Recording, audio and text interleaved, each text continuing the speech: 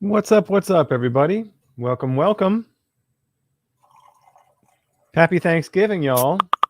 Hope everybody had a great day yesterday. So I'm pouring coffee here as we get going.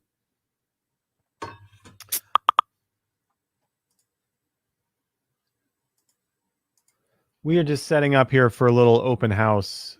Super fun to have you all here. We've never done this before. It's an open studio, open house. So as you all know, it's the start of the holidays here in America. Today is Black Friday, and we always like to give the deals on Black Friday. And so today we thought we would just have a bit of a open house where we would be live and able to answer any questions and even share my screen and show you all some of our courses. So yeah, you heard the coffee, Pursuit of Tone. So anyway, so if you want to put here in the chat any courses that you want to check out, or if we have some Open Studio members here that just want to highlight some of their favorite courses, please let me know. And I'm happy to take a deep dive on some of these things and show you what we've got. Also, just so you know, everything today, everything all weekend is 60% off. Every course that we make. And every subscription that we make is 60% off, except for Open Studio Pro, which is 30% off. And we'll talk more about that in a little bit. I'll give you a tour of the Open Studio Pro, and there's a reason why that's kind of special. And we have some OS Pro folks on here in the chat already, I can see. So welcome to everybody.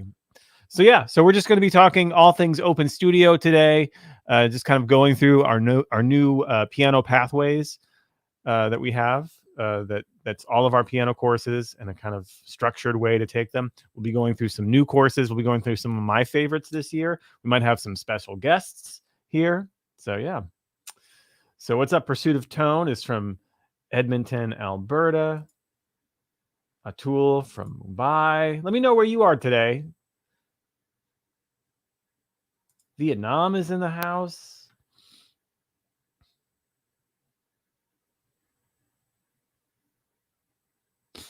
Yeah, Joe. I mean, we're technically in my new house, but it's not. We're not going to really take much of a tour around here. More just Open Studio stuff. Good to see all you folks.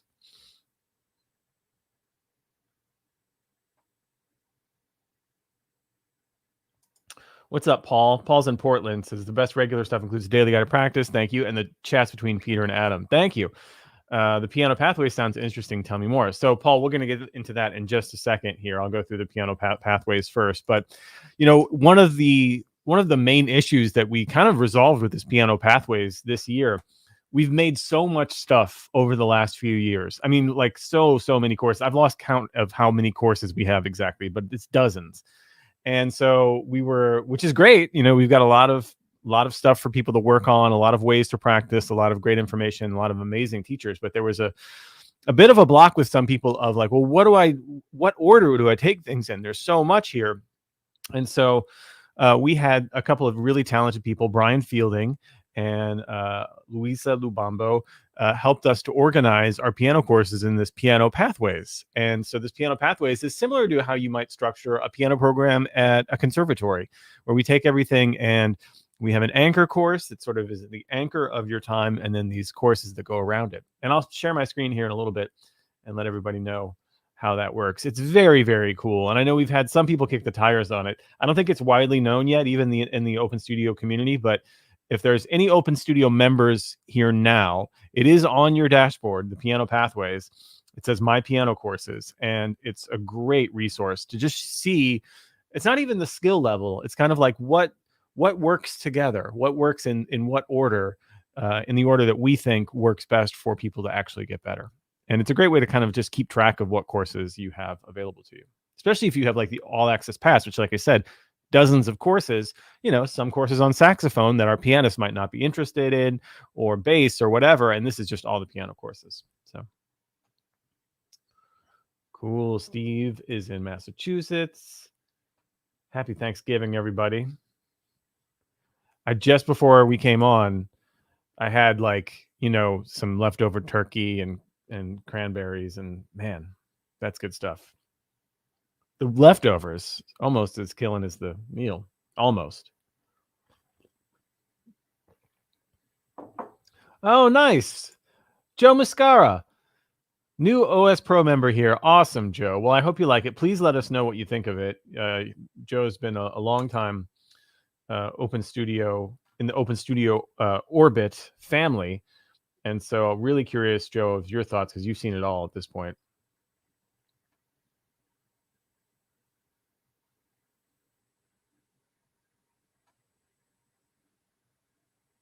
Juan says, how was the turkey yesterday? Did you enjoy yourself? Yes, we hosted a small Thanksgiving get together here, and my wife Heather is a phenomenal cook, like a phenomenal cook. And so she just crushed it. Yeah, it was so delicious. She was cooking for 3 days. It was great. Quite the feast.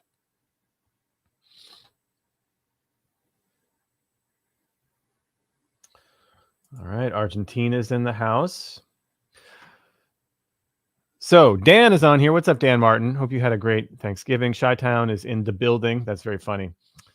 And Dan is just saying he's adding the piano pathways to AAP, PAP as we speak. Good. I thought those were already on there, but I think now I'm remembering we were just giving it to OS Pro folks as a bit of a kick the tires. But Dan, yeah, let's let it loose here, right? Might as well. I've already let the cat out of the bag. So any PAP or AAP members can check those out now.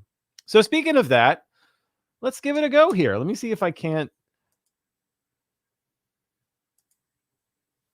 Let's see here. Share audio tab. Look at this.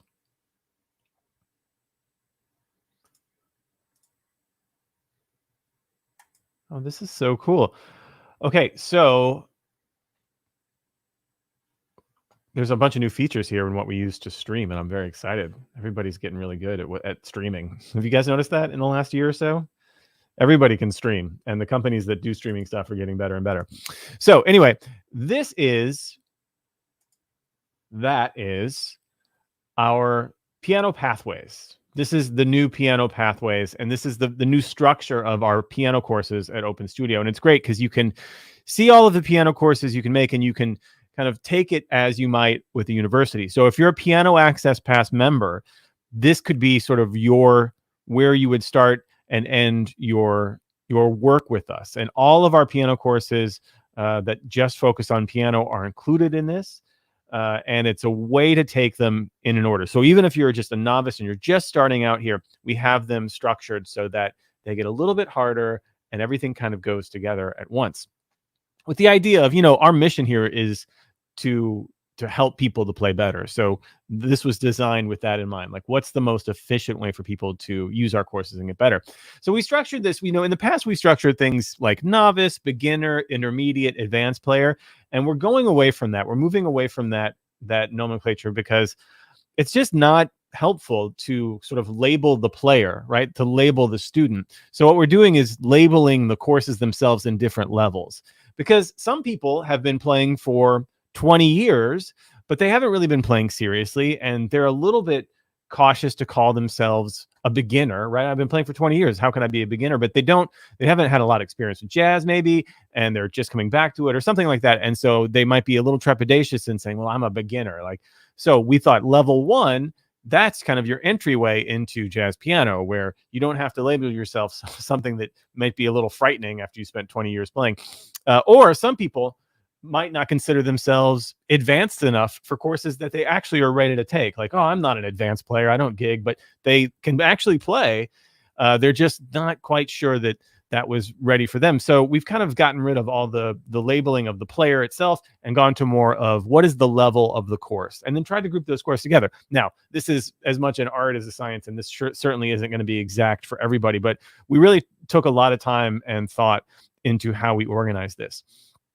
So we have 4 levels for all of our piano courses here, and each level is anchored by an anchor course. So there's level 1 here, right, which is for those of you who are newer to piano, little to no exposure to the concepts of playing jazz. Level 1 covers the necessary basic skills, including song forms, improvisation, scales, chords, voicings, different types of feel. It's really just the what are we talking about level? Like, what do we need to know? What are the basic fundamentals that we can start on today that sort of help us get better as we go on?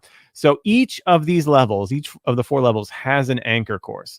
Level 1's anchor course is the Jazz Piano Jumpstart. And this was a course that Peter and I made a couple of years ago, designed to be sort of your entry-level jazz piano course. It's a 7-week course.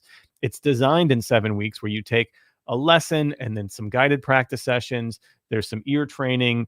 There's some technique work. It really is meant to get you started from like zero into ready to start playing jazz in 7 weeks, which seems like a long time, but as you all know who've been playing forever, it's really not that long. And I think it's a great amount of time to spend getting ready. That's then followed on level 1 by my course, Jazz Chords for Beginners, which is really just an entry-level nuts and bolts guided practice session based course on just simple voicings for 2 hands, for left hands, rootless, rooted, really just how do jazz pianists like structure harmony? How do we create these chords? You see a lead sheet with all of these chord symbols and you're like, what does all this mean? This course is designed to kind of help you with the basics of all that, right? Minor 7 chords, dominant 7 chords, major 7 chords, minor 6 chords, all of that stuff is in there. Minor 2-5-1s, regular 2-5-1s, cadences. It's really just, again, how do we structure basic? There's no like fancy Herbie Hancock voicings in here. It's really just the bare bones basics. But if you knew these voicings, you would sound good. Like you'll sound competent. You'll sound like, oh, I know how harmony works. That's the point of it. And then only 3 courses on level 1 for a reason. We want to keep it nice and simple here at the beginning. And that's the major scale course, which actually is somewhat of a difficult course for level 1. Maybe if you haven't had a lot of a piano experience, but for getting started and getting right away the concepts of how to create melodies and how to work with melodic material, I thought this was the perfect complement to both Jazz Piano Jumpstart and the Jazz Piano Chords, the Jazz Chords for Beginners course, because now we have harmony and melody together. And this major scale course is really based off of some of Barry Harris's principles of taking the major scale and really getting the most out of it and really understanding it very, very deeply, all kinds of different ways. So that's level 1. You see how like it's not just novice. It really is more just the levels and how we're progressing along. Level 2, now we're going to get into more like really practically playing, starting to be able to play some solo piano stuff. The anchor for this is Jazz Piano for Beginners. Now here's, should I take my first detour?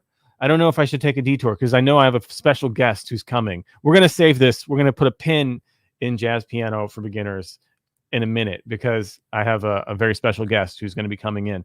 But this is the very first piano course that we made here at Open Studio that wasn't Peter's weekly lessons. This is from Peter Martin.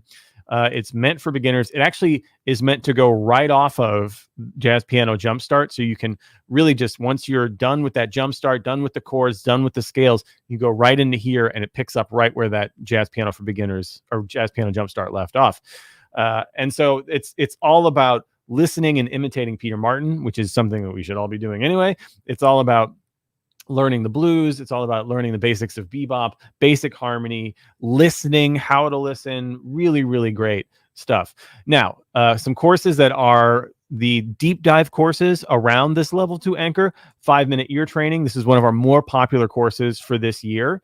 This sprung out of Open Studio Pro, which we'll talk about later, but it's really 5 minutes a day, tiny little segments. And we do this every day actually on Open Studio Pro as well. We've built up a stable of or a whole thing of 5-minute ear trainings there. But this is just a course that starts and ends in, I think it's 6 weeks. Yeah, it's a 6-week format of 5 sessions per week, just 5 minutes a day, meant to just deal with intervals. Like, what is this interval?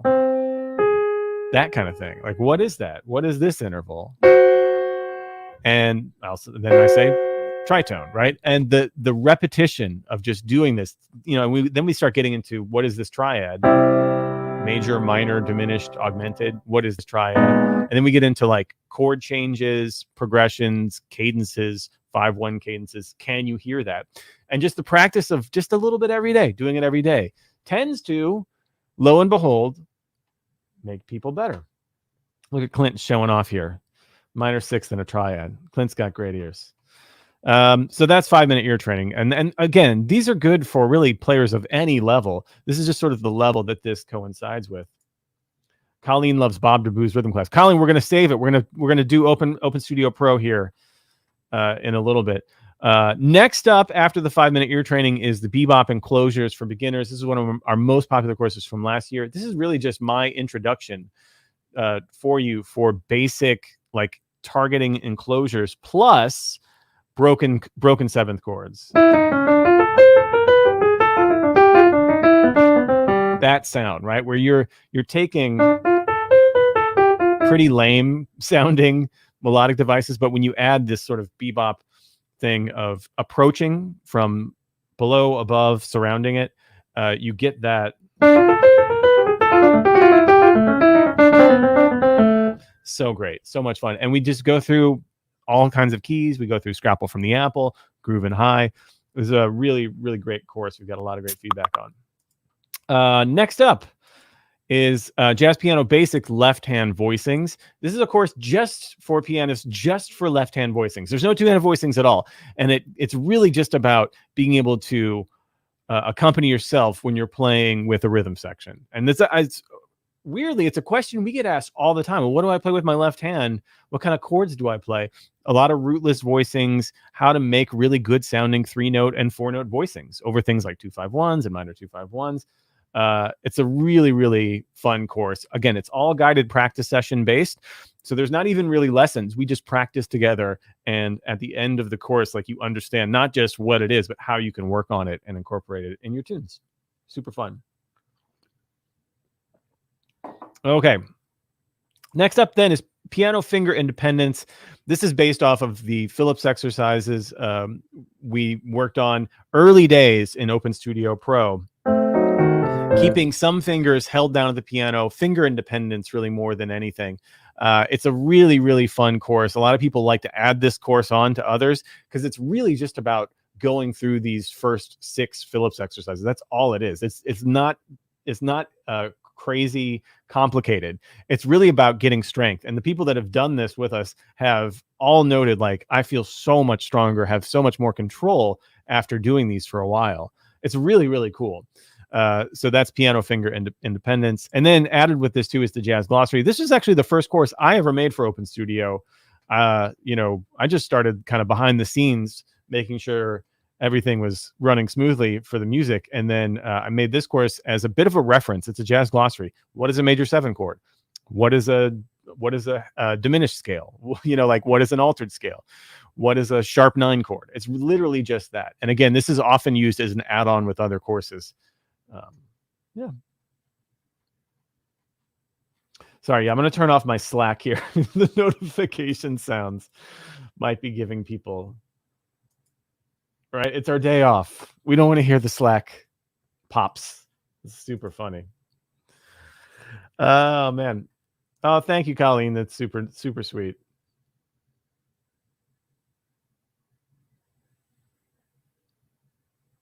Juan says the effect after following the regime is just awesome. Better touch, better posture, better tone, better speed, more control. Yeah, Juan's talking about that. I think the piano finger independence, and we've been working in OS Pro on even deeper, like, Russian method piano techniques lately, and that's been really, really helpful for me. Like, working on really transferring the weight of the arm over. It's been awesome. We'll get to Open Studio Pro in a minute. I want to finish this up here. Level 3. This is where I would say that level 3 is where, like, I don't know, 80% of our Open Studio members lie. Somewhere between level 3, somewhere between like late level 2, level 4. But level 3 is kind of the sweet spot for a lot of people coming to us. People who've gotten far with YouTube videos or kind of on their own. And they find us somehow, usually through the podcast or just some of the dopey things Peter and I do online. And they usually come in ready for level 3. Level 3 is anchored by Elements of Jazz Piano. I'm pretty sure Elements of Jazz Piano is our most popular piano course we've ever made. It's me and Peter Martin, mostly Peter, but Peter and I together. It's a great structured course. It's by far the most structured course we've made. It has 4 sections with broken down into 3 things: lines, rhythm, and time. Lines, chords, and time. That's what it is. So like right hand melodic stuff, harmony stuff, and then working on your rhythm. It's got like a whole other section called creative scale practice, which is sort of it was the beginnings of guided practice sessions that we made. Lots of play alongs.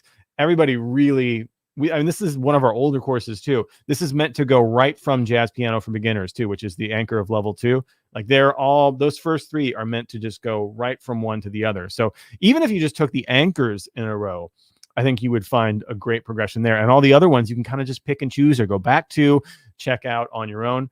And again, if you're a Piano Access Pass member already or an All Access Pass member already, if you're an Open Studio member, this is now on your dashboard. It's the first thing. It's called My Piano Courses, and it's the piano pathways. It's right there, and you can keep track of what you're doing and go in our recommended order. Getting some agreement about level 3. Yeah, level 3 is I think the level. So that's Elements. Then some satellite courses here. The deep dive courses, Block Chords Made Easy. That's a course for me.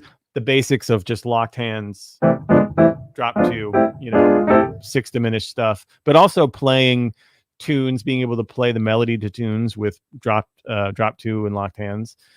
Then we have our second jazz piano basics. This is lead sheet breakdown. This is a course I had a lot of fun making. It's really like, what do musicians do with a lead sheet? What can you do looking at a lead sheet for the first time? How do you break it down? How do you research if these are the right changes? How do you make an arrangement out of this? How do you just sight read it? What can you do in your first learning a tune? Very popular course for us, the lead sheet breakdown. Then there's Jazz Piano Technique Pentatonix. This is another course with Peter and I. This is super fun to make. We're literally just dealing with sort of McCoy-Tyner style.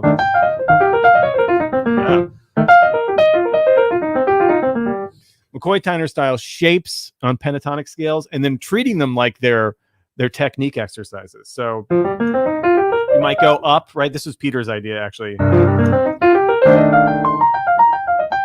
Come down in a shape, or come down in a...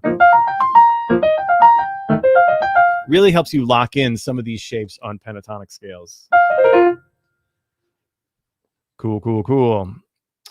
Then there's Triad Pairs Training. This is a course I made this year, maybe late last year, all about just basics of triad pairs, going from really, really simple triad pairs, of course, are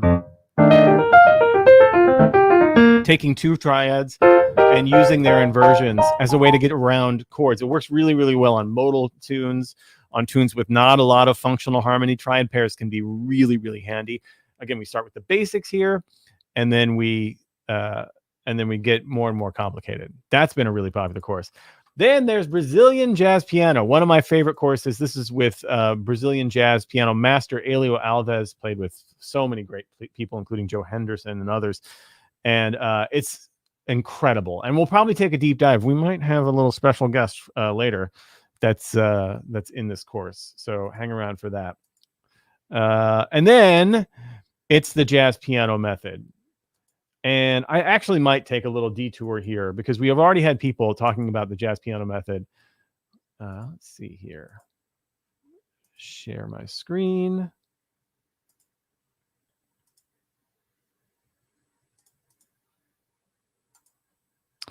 So I don't know, Dan, you're on here. How long ago does this go back? I feel like it goes back all the way to 2011. Is that right, Dan? 10 years of the jazz piano method. Peter Martin has made a lesson every week, I think for 10 years. Dan, correct me if I'm wrong there, but I think that's what we're at now.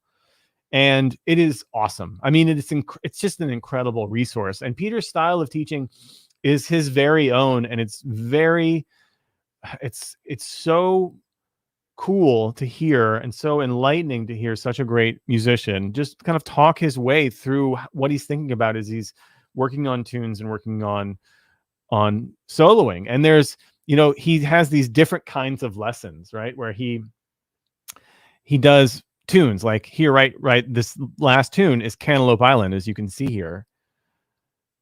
They're all transcribed now. Shout out to Max Gamiz, our in-house transcriber. What's going on, everybody? Peter Martin here. Welcome to this week's Jazz Piano Method lesson.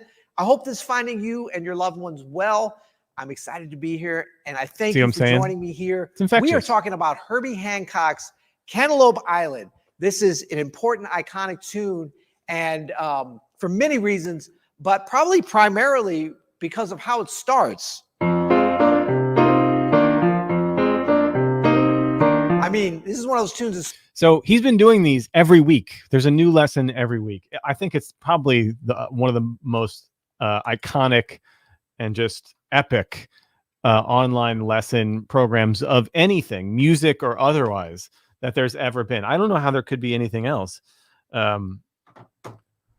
But yeah, it's just incredible. And for the last year or so, because of our now we have an in-house transcriber, like I said, on staff. It's just amazing, truly amazing. So everything is transcribed from here on out. Check this out. Maybe we can go back here.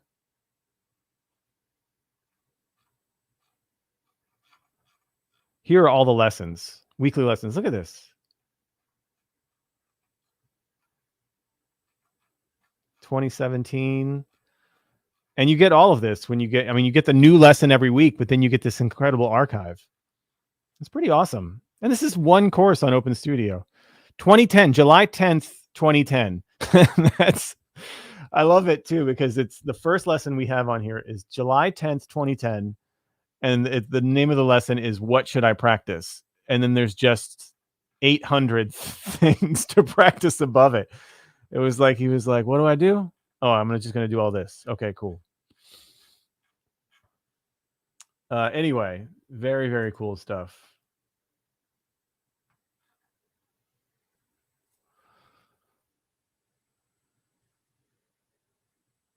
Tour Talk says, I live in that JPM archive. It's great.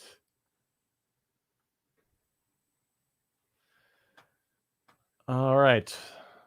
I'm just going to finish off here. We have some special guests coming.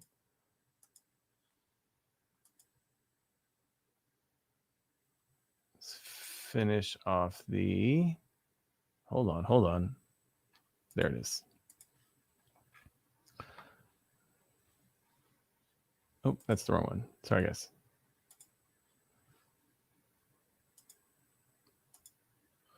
I'm just going to finish off the piano pathways, because it's I think it's such an exciting thing for us. It's the first time we've ever done anything like this.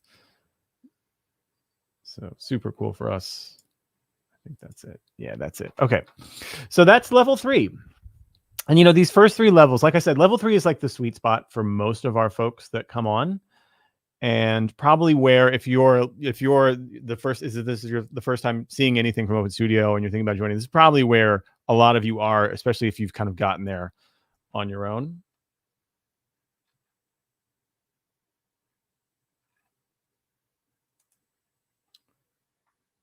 Is it not sharing the screen? Strat says it's not sharing the screen. Can everybody see it? Nope. There it is. Thank you. Thanks, everybody. It's only year 2 of the pandemic, so we're still learning here. But yeah, there it is. So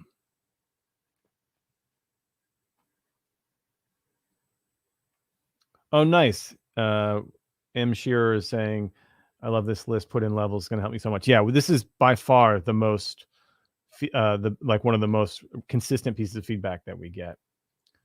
What's up? Jeff Clapp is in the house. All right. So level 4, we have one more level here.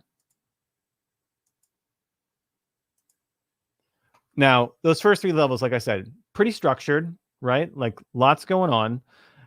This level 4, this is really, this would be considered the advanced level. And there's an anchor for it, but really every course on here could be the anchor. Every course here is at a very high level from, except for maybe my course of the Magic Voicing System, is from a master and of the highest level. We put the Magic Voicing System on here just because it's very upper level complicated.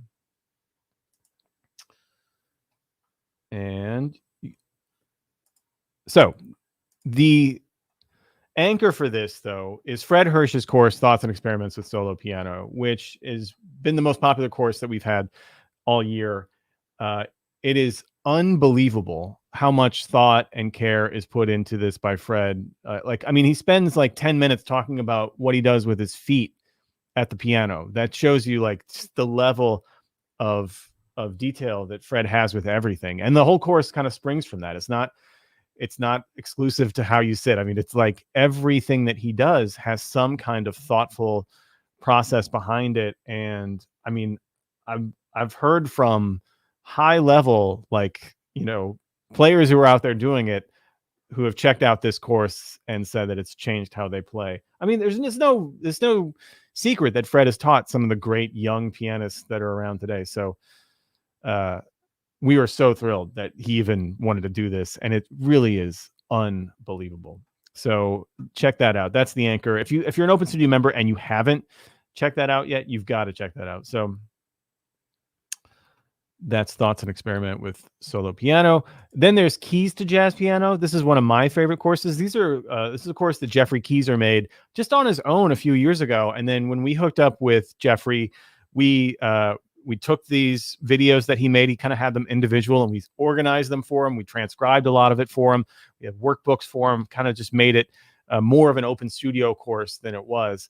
And it's, I think, one of the best courses that we have. It's so heavily, a heavily mix of nuts and bolts things, inspirational things. Obviously, he studied so many masters. It's a really cool course. If you're like an advanced player, like if you're a gigging musician, those two courses, especially Thoughts and Experiments and Keys to Jazz Piano, that can like take you from here to here pretty fast. Like there's so much to work on. There's like a year to work on, maybe more, between those two courses. I mean, there's a lifetime to work on, obviously, but incredible stuff. Then next is Jeffrey Keyser's Advanced Jazz Piano Concepts. And this is just his like this was him with a trio, Billy Kilson and Ben Williams, not a bad trio, and playing some tunes and then talking about how they arrange it, how they structure it, what they're thinking of as they improvise. So super cool. And then there's the Magic Voicing. This is Magic Voicing System. This is, I think, the best-selling course that I've ever made. Really simple system for creating voicings, 5-note voicings with no repeated notes, all based on the pentatonic scale. I mean, you all know. If you're here now, you've probably seen my videos on the Magic Voicing System. It's a super fun system and super easy to make good-sounding things happen. And then that is rounded out. Level 4 is rounded out by Elements of Solo Piano. It's Jeffrey Keyser's solo piano course. It's pretty incredible what he can do as a solo pianist. The man seemingly has 3 or 4 hands. Honestly, I don't know how he does it, but he tries to tell us how he does it in Elements of Solo Piano. And this is one of those things too. It's like, it requires you to be a pretty decent pianist. I challenge anybody who thinks they can play to take that course and see if they can hang with Keyser. But it's really good, especially if you are pushing yourself right now, if you are playing a lot and trying to get better and you're at a high level. These courses on level 4, I think, can really stretch you, and that's good. That's sometimes what we want. All right, we've got a couple of special guests here in the house. First of all, Peter Martin. Hey, what's happening, Adam? You doing, man? Good. How you doing? Pretty good. How's it going? I'm good. I'm here at the Pod Suite, and you're not here, so I'm a little bit nervous, but I feel good that you are virtually with me. I am here. And then who do we have here? Anthony Coleman. Anthony Coleman, how's it going? Good, good. Happy Thanksgiving. Happy Thanksgiving. What brings you through? Well, I'm just swinging through. I was one of your prize winners for December. So I'm going to go to New York and watching Inside Straight perform. And me and my wife are going to spend a couple of days up in Manhattan. That's so cool. So, Peter, did you hear all that? I did, yeah. I'm really excited about that gig. I'm excited to meet you. I'm so glad that you are going to be able to make it, and we're gonna have a little fun in New York, huh? How's that sound? Sounds great. Sounds great. Anthony, have you spent much time at the Village Vanguard? No, this will be my first time. Oh man, so, yeah, you are in really looking forward to it. Yeah, that's very cool. Is your first time seeing Inside Straight too? Yes. All right, you were in for first for all of it. So yeah, I'm very excited. My wife is too. That's so great. So for people who don't know, Anthony is the winner of our sweepstakes. This happened when was this, Peter? Sweepstakes just for like a couple of weeks ago. Yeah, 3 weeks ago, right, Anthony? Yeah. And so we had one lucky winner, Anthony, we're flying to New York to see Peter play with Christian McBride's Inside Straight at the Village Vanguard next weekend. So that's very cool. Well, Anthony, thanks so much for dropping by, man. Hey, no problem. No problem. Do you have a favorite Open Studio course or Open Studio lesson or video that we've done that you want to highlight? I've looked at several of them. I'm at the beginner level, to be honest with you. Yeah. But, right now I'm working through the major scale course, which is I'm just trying to build up my technical skills and get to where I can start really playing some solo piano. Cool, man. Mm-hmm. That's great, where to start. Yeah, for sure. And I'm really excited that this is something we've been wanting to do for make available for a very special member at random. But none of the, I mean, we say at random, but all of our members, there's nothing random about them. Like this community that we've been building up because of you guys is so exciting. And eventually we want to make it so we can invite everybody, all the Open Studio members to the Village Vanguard. But that place is small, as you're going to see, Anthony. It's shockingly small and intimate, which is part of the great thing about it. I mean, it actually fits quite a few people in there, but the sound is incredible. And like you're in this, space where, I don't know, for me, every time I'm in there, all I can think about is like, John Coltrane live at the Village Vanguard and Thelonious Monk and all these great recordings that I grew up listening to and all the great music I've heard live there. I think I've been in that club as much as a spectator, as a fan, as I have played. So it's so fun on both sides, really. So, we're looking forward to doing something hopefully next year with an even bigger group of memberships. But this is awesome that you won and that you'll be coming. So, oh, it's very awesome. Appreciate the opportunity. Cool. Look, congrats, Anthony. We'll see you in New York, man. And thanks for joining us today. It's great to meet you. All right, you guys, take care. Thanks, Anthony. Bye-bye. That's great, man. I know. Plus, now I can put a face with the name so that in case there's like 5 Anthonys show up at the door at the Vanguard, hey, I'm the one who I'm like, no. I already met the real Anthony. Right. That's very cool, man. And that's so cool that you're playing at the Vanguard. Is this the first time back at the Vanguard since the pandemic for you? It is. Yeah. Yeah. And with this group, with Inside Straight, which is like, we unofficially call this the Open Studio All-Star group, or one of the Open Studio All-Star groups, because everybody in the band is an Open Studio instructor. Christian McBride, of course, Warren Wolf, Steve Wilson, Carl Allen, who was prominently featured on Christian's second course, kind of his muse and foil both together. So it's super, but we've done this for like the last, Christian was saying 8 years. It goes by so quickly when you're having fun kind of thing. But I guess 8 years in a row, outside of last year due to COVID, we've done it at the Vanguard in December with almost the exact same ensemble. Occasionally there's been a sub here or there. So it's really, I didn't realize how much of it's kind of like a holiday December just habit, a wonderful habit. The December to Remember event? It's kind of a December to Remember Lexus. Yeah, because I'm telling you, playing with those guys is like getting into actually it's well beyond a Lexus. No offense to not a Lexus. What's it called? Lexus? The car? Yeah. Yeah, Lexus. Sorry. Hey, Alexa, what's the name of that car? They're more like Bentley, Rolls Royce, Rivian, Tesla kind of level, all in their own way. But I didn't realize how much we missed it last year. How it kind of threw off the year, but some other stuff threw off the year too. So totally. How was your Thanksgiving, man? It was good. Speaking of being thrown off, I'm kind of thrown off when I'm in here by myself because there's an empty chair. Yeah, can we see this over here? Maybe. Yeah, there's the empty chair. It's so lonely in here. But I was actually I just recorded a lesson, a JPM, Jazz Piano Method lesson. I don't know if we talked about that at all today, but that's kind of this sort of thing I've been, just doing every week. I just sort of do a lesson, and you gave me a great idea the other day, and I actually just recorded a lesson based on one of your ideas. Oh yeah, cool. We just actually did a whole thing through. We did an open house through the Jazz Piano Method. We went back. I was saying, man, here I'm going to share my screen again because I thought it was so funny. Because I went by date here. Yes. Like you have these lessons, all lessons by date. Put this here. Can you see that? Yep. And I was just showing the folks here, right? So the last one, Cantaloupe Island, we watched a little bit, which is very cool. And I was saying how cool it is that since Max has joined us, every one of these is transcribed in some way, and how awesome that is. Like if there's a little treble clef by it, that means there's transcription to it, and that's all Max Gamise. It's pretty incredible. Yeah, it makes me super nervous because, like, as I'm playing some of this stuff, I think, oh my God, Max is going to transcribe it. Let me make it meaningful. You know, I was just.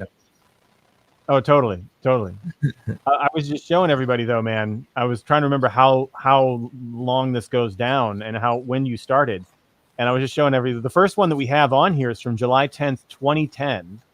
Yeah, and it's funny because the name of it is "What Should I Practice?" And then I was like, and he's like, "Practice all this stuff. What should I practice? How about, I don't know. How about a 6 years like that?" yeah. Isn't that awesome? Crazy. Yeah. And there was actually a few before that we removed. I insisted. I snuck off of there. I couldn't bear to watch the production value. That's been fun to see that get better, and hopefully the ideas and absolutely. Yeah. Man, so just a little precursor so this will be next week's lesson. Actually, today's lesson that drops today, and those. I mean, for those of you that aren't familiar, these are always available. Well, as you can see, forever, maybe longer than they should be.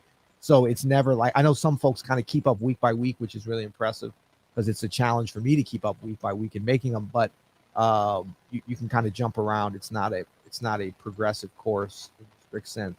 But this week is Cantaloupe Island. I went back and redid that lesson. We still have the old one, but I wanted to really just delve into it, something that people see as a simple tune. I see as a simple tune, but when you realize you can still learn something and develop over something even after playing it for many, many years, which is the way that tune is.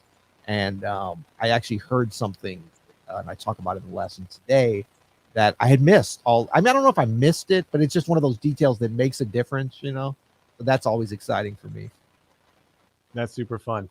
Well, man, I just walked everybody through the new piano pathways, and everyone on this video in the chat here is super excited. Open Studio members, especially. This is meant to solve the problem of an ever expanding course products page, right? And to really organize your courses so that you can find things easier and really have a direction. And one thing that I just brushed over, Peter, because I had a suspicion that you would be coming on the call, is our brand new Jazz Piano for Beginners course. Yes. And so I thought with you here, and we literally just launched this like yesterday. Like this is very new. Yeah. Hot off the presses. This is a course that we originally made in 2016. In fact, I think this was one of the very, very first things that I did for Open Studio. And which it was great. I mean, for our very first course, I think it went really, really, really well. But as we've gotten better and made more things and really heard a lot of feedback from our amazing members, we've gotten better at knowing how to make people sound better and how to especially work with beginners. And so you and I kind of went on a mission this past year to try to find a way to redo this course, to kind of do a V2 that doesn't lose anything that everybody loved from the original Jazz Piano for Beginners, but just makes it more in line with how we teach today and the courses that we've been putting out over the last couple of years. Right. And I'm super stoked with this one, man. I think we really did something cool here. So I'm going to share my screen here, and you can see this is the brand new Jazz Piano for Beginners course. I want that desk setup. Look how minimalist it is. I know, man. Dan always finds these really good looking like work setups. If you could see what my desk looks like, it does not look like that. There's post-it notes, but they're not hung so tidily. So the original course had 26 lessons, right? It had a lot of lessons. Actually, we got the most feedback that it was just too much. It was too many lessons in a row. So we whittled it down to 10 very doable, very accomplishable lessons. And we didn't really change much of the content that we're teaching, even from going from 26 to 10. We just kind of like made everything a little bit more efficient, made everything a little bit more streamlined. And I think the user who tries this, if you were to sort of A/B the old one versus this one, you would just find that, I understand things a lot easier now. Everything's a lot clearer because there's just we've trimmed the fat off it essentially.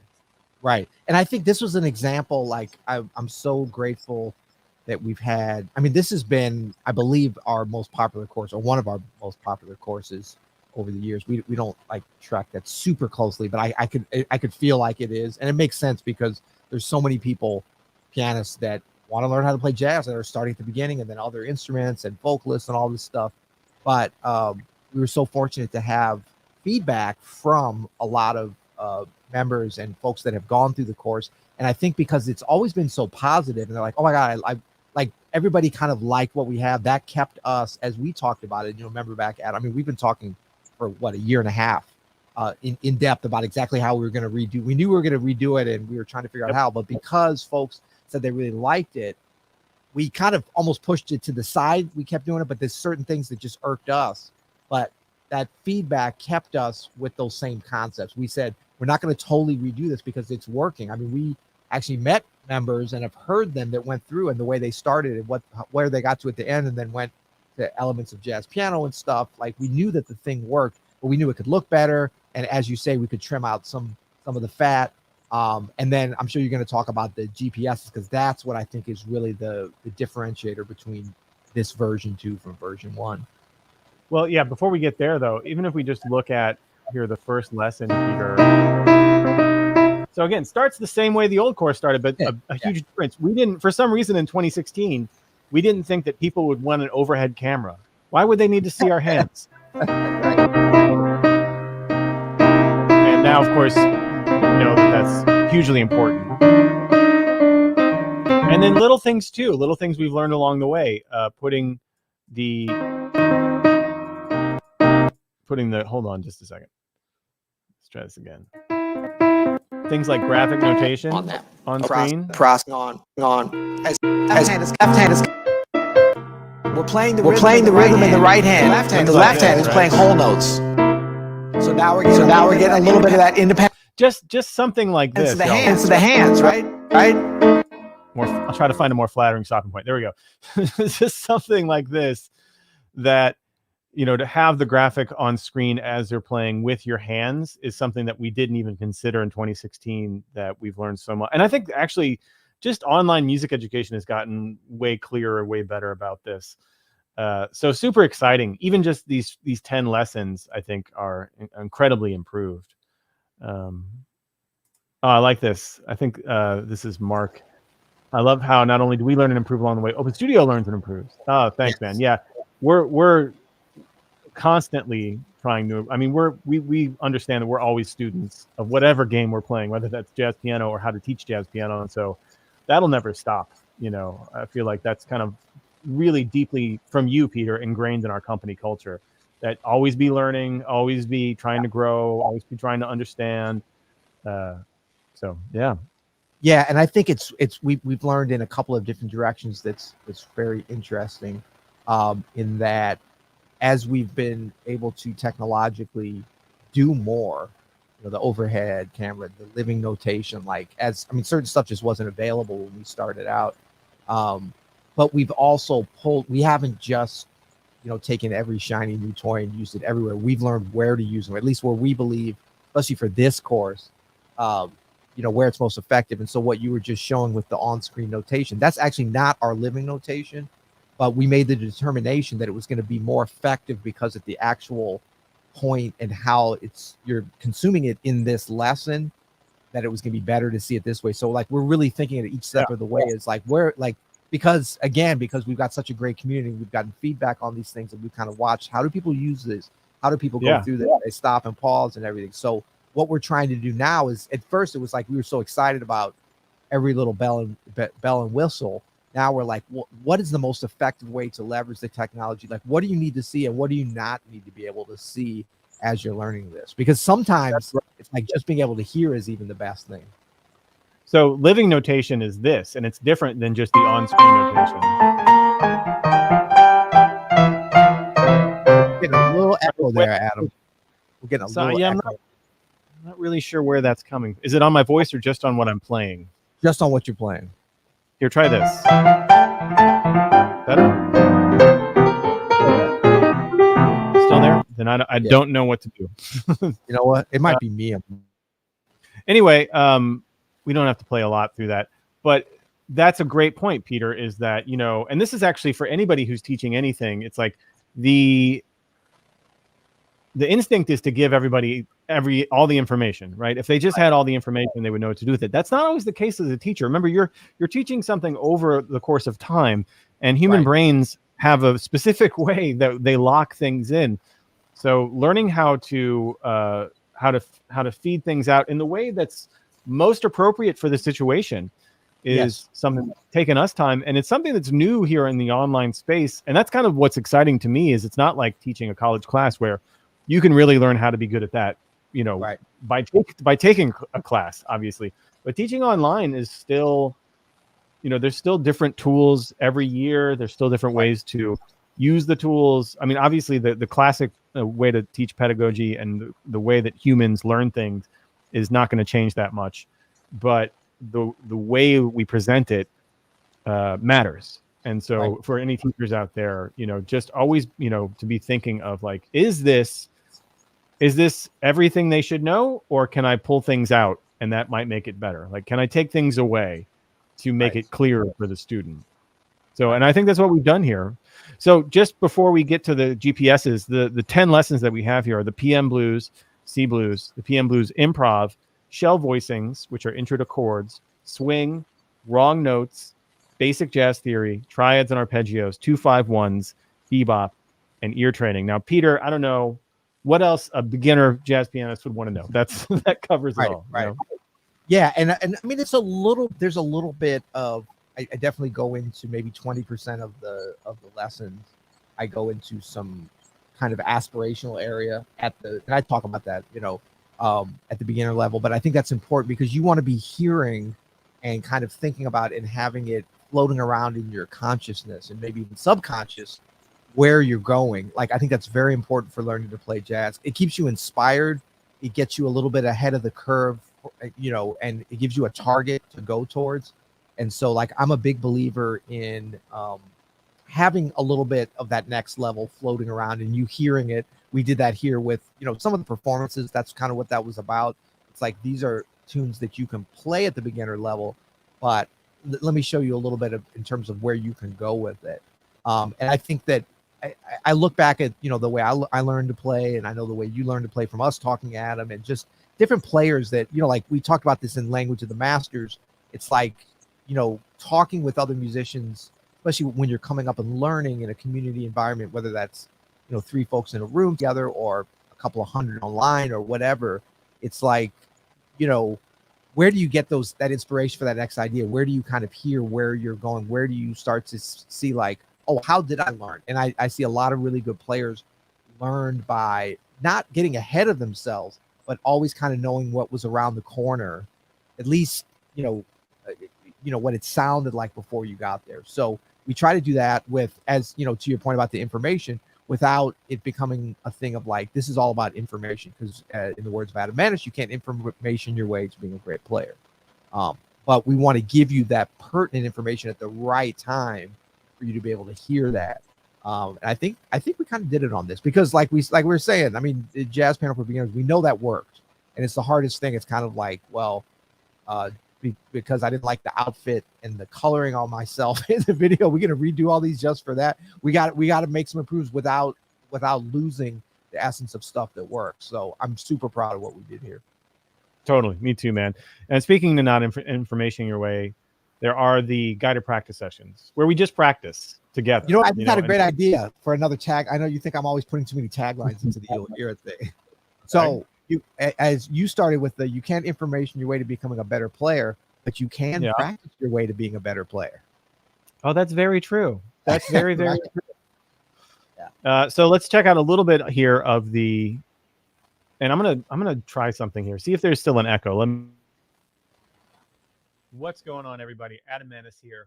I'm kind of the practice guy around here at Open Studio, and I will be guiding you through some practice sessions here for our Jazz Piano for Beginners course. Very excited to do this with you. We've got all this great information from Peter, but how do we actually get it into our playing? That's what I'm here for. I'm going to be practicing with you in multiple sessions here coming up, and we're going to work on all the things that Peter taught us. We're going to take that information, we're really going to try to absorb it, ingrain it, so that it comes out in our playing, that we understand it, and we've played with it, we've poked around with it, and we can really use it. So we're going to structure our sessions pretty much the same every time. We'll have a little bit of a technical warm-up, then we're going to go over some repertoire, one of the tunes, either the PM Blues or Tune Up or Yardbird Suite. We'll go over maybe some voicing and form work. We'll go over some melody work. We'll go over some improv ideas. I have some great improv games to play with you to help us really understand how to take the things that Peter was talking about and, like I said, put them into action. Okay, let's start our very first session. I'm stoked. Here we go. I'm so stoked, Peter. I'm so stoked. Did you stoke you got yourself excited there. That's great. I did. No, but I wanted to talk about, so we were just talking about sort of the journey that Open Studio has taken us through as far as like teaching. But, you know, one of the things I got to add to this was something that I learned from Fred Hirsch's course. Fred Hirsch does this awesome exercise. It's really a piano technique exercise that works really, really well with also learning tunes and always being in the right place. And we call it blocking. He takes the tune Donnelly. So you take that first part, right? And you find where your hand position is on the piano. And you just play it all as once, right? Yeah. And then then it's just a matter of rolling, like essentially. Like once you find the thumb positions of everything. And so I got to do that. I don't know if you even know this, but I got to do that here on your tune. Let me see where that is. I think it was towards the end. Yeah. So PM Blues blocking. We literally take your tune. Really handy for learning melodies. So it's a 3-note head, right? And you practice blocking it, keeping your hand in that position. And then we start practicing improvising. Like we talk about improvising with the melody, but blocking works that way too. Because if you can find your blocking with the melody, then you just hold on to that blocking and you can start improvising with that shape. So, you know, the melody is, but maybe you want to improvise with that. You just keep the same 3 notes. You know what I mean? You don't have to change your position. That's really, I think, the brilliance. Everything Fred touches is pretty brilliant, but we get to do that right straight away here. So that's fun to like mix those two, like Fred's concepts with your concepts. This is what I love about teaching at Open Studio and then, you know, I pull stuff in from Keyser all the time and Elio Alves. Yeah. Oh, that's great. That's great. I love it. Yeah. I love it. And that's definitely one of those concepts, ways of practicing, really just ways of thinking, you know, technically by feel of the instrument that I guess I learned or stumbled upon, but I wish I'd understood it. You know, we talk about having information at the right times and not having certain information at the right times. And like, that's really about how do you move through and progress as a player and have fun, but actually improve on a day-by-day basis. That's definitely one of those areas that I wish I'd had an understanding of what it was. And I actually didn't until I heard Fred Hirsch break that down. But I kind of always used it. So in the abstract, I understood it. The thing about that, it can still work like that. But once you understand what it is and you can put a name to it and you can kind of, you know, codify it in a way that's applicable to a number of different situations where when you're kind of needing to pull it out, you can be like, oh, yeah, that's the blocking thing. Like it's not so abstract that it's like, oh, wait, what is that? You know, that works up to a point. But once you really understand it, and can kind of give it a name, it's so effective. So I really wish I'd had that back in the day. So thanks a lot for Fred Hirsch. Just saying it now. He's probably been saying it for years. I probably missed it. He has been. ABL, man, always learning, you know? Yeah, exactly. So, man, that's the new Jazz Piano for Beginners course. Literally, we just put this up, I think yesterday or maybe Wednesday evening.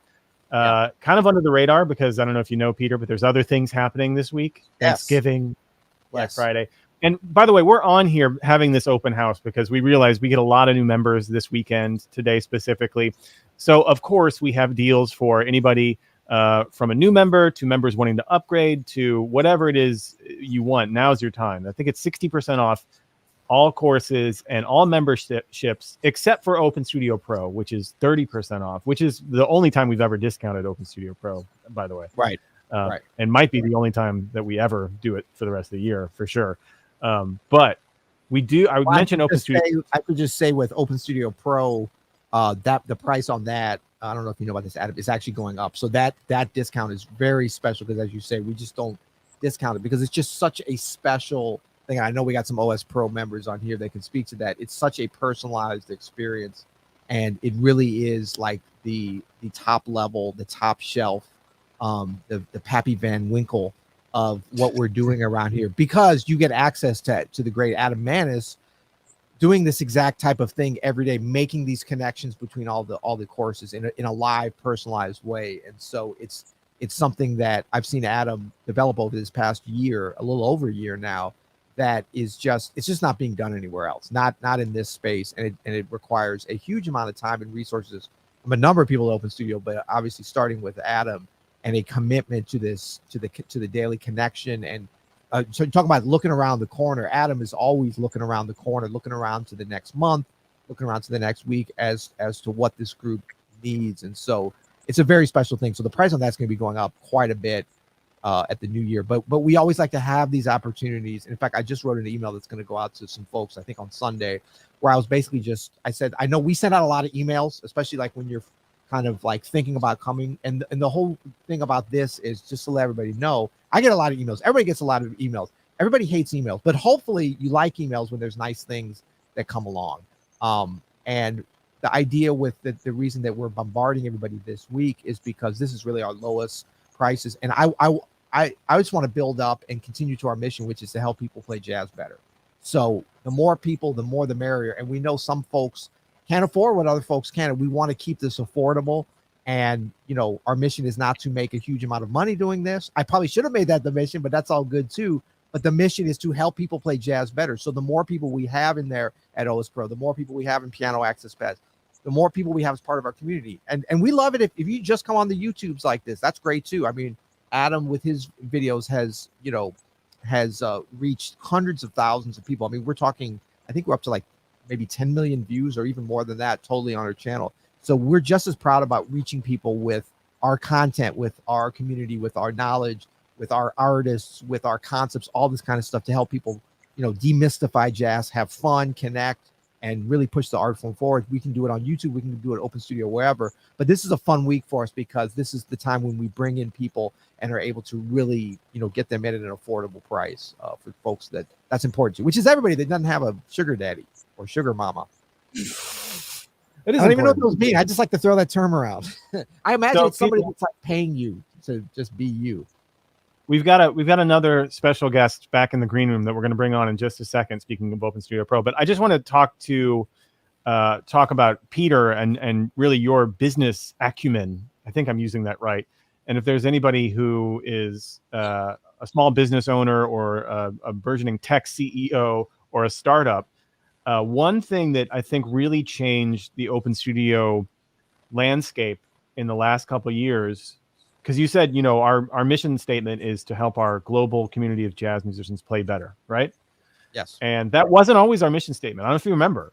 No. But before then, I think it was something to the effect of become the #1 jazz education platform in the world, or something like that, right? It was like something inward facing, become the best, right? Become the #1, whatever. And and this just speaks on the power of a good mission statement. So when that was our mission statement, that's what the team at Open Studio focused on. How can we be #1, right? Right. That doesn't actually make us #1. That makes us thinking about being #1. But when you very skillfully change that to, our mission is to make our global community of jazz students play better. Our global community of students play jazz better is I think what it is officially. Yeah. For me, as your creative director, like that flipped everything around. I was like, oh, if that's my mission, I know how to do that. I don't know how to be the #1 education. Right. No one does, right? No one knows how to do that. I don't know what that is. What is that? But I do know that if I put my energy and time into making our students be able to play better, if that's the promised land, I'm all in on that, and I know how to do that. So, I mean, for anybody and it's really one of the hardest parts about a business or even like a nonprofit organization or even a band is what is our North Star? What is our vision? And if you have a very clear sentence for that, it really helps. Really, really helps. Right. Absolutely. Yeah, I mean, I was thinking about, with Thanksgiving and everything, we had a really fun meal, some family over and stuff yesterday. And it's kind of like, I think what you're talking about and what you've hit on, Adam, it's very applicable to us developing as players too. But if you think about, I know a lot of people either cooking or doing dishes, like in my house, my wife, Kelly's an amazing cook and she making the stuff. My mom made some stuff, my dad did, but like I do a lot of the cleanup or whatever. And I try to break down the cleanup into like, that's not just about getting it's kind of like the difference between saying, I want to have all the dishes clean and put back where they go versus I want to be able to have a clean and highly functioning kitchen in which great food art can be created. Something along those lines where it's like, you're actually trying to go a step above. Like, what are we trying to do? Have a bunch of clean dishes in the cabinet? No, we're trying to have a space in which you can enjoy and create something that's really cool. And I think, to your point, that's when we made that shift over. Now, luckily, we were already teaching people. We kind of knew some stuff. We had great artists that were teaching, people how to play jazz better. But once we all got aligned behind that, it's like, how do we get more people specifically to do that? You're absolutely correct. That's when things started to click. Dude, having that like overarching goal. And I mean, think about it. If you were a player, if you were like, my goal is to be the best jazz musician in the world, you're not going to be the best jazz musician in the world, right? Right. But right. if you make it like that goal, my goal is I'm going to spend time working on my art every day, or I'm going to focus on the things that make me happy as a player or make me feel like I'm connecting with people as a player. You're probably going to get closer to your goal that way than you are just, trying to be whatever that means, Yeah. Anyway, man, so a lot of people were talking about Open Studio Pro quite a bit. And by the way, you can go to openstudiojazz.com today, 60% off everything we make, except for Open Studio Pro, 30% off because it's such a special product. We've been doing, live daily guided practice sessions there. We started in the early pandemic and we've kind of turned it into its own community, amazing community of people. A lot of people that are on here today are Open Studio Proers. And then we started, Peter, about a year ago, adding other instructors besides me to come in and do classes. So Tuesday, I'll just preface this. So we have the daily guided practice session, right? Open Studio Pro is a very live focused endeavor. Everything is recorded and you can reference anything that you can't make live, but we have live classes every day, multiple live classes every day. I do a daily guided practice session at 1 p.m. Eastern every day. I pick a theme for the month and I go through it.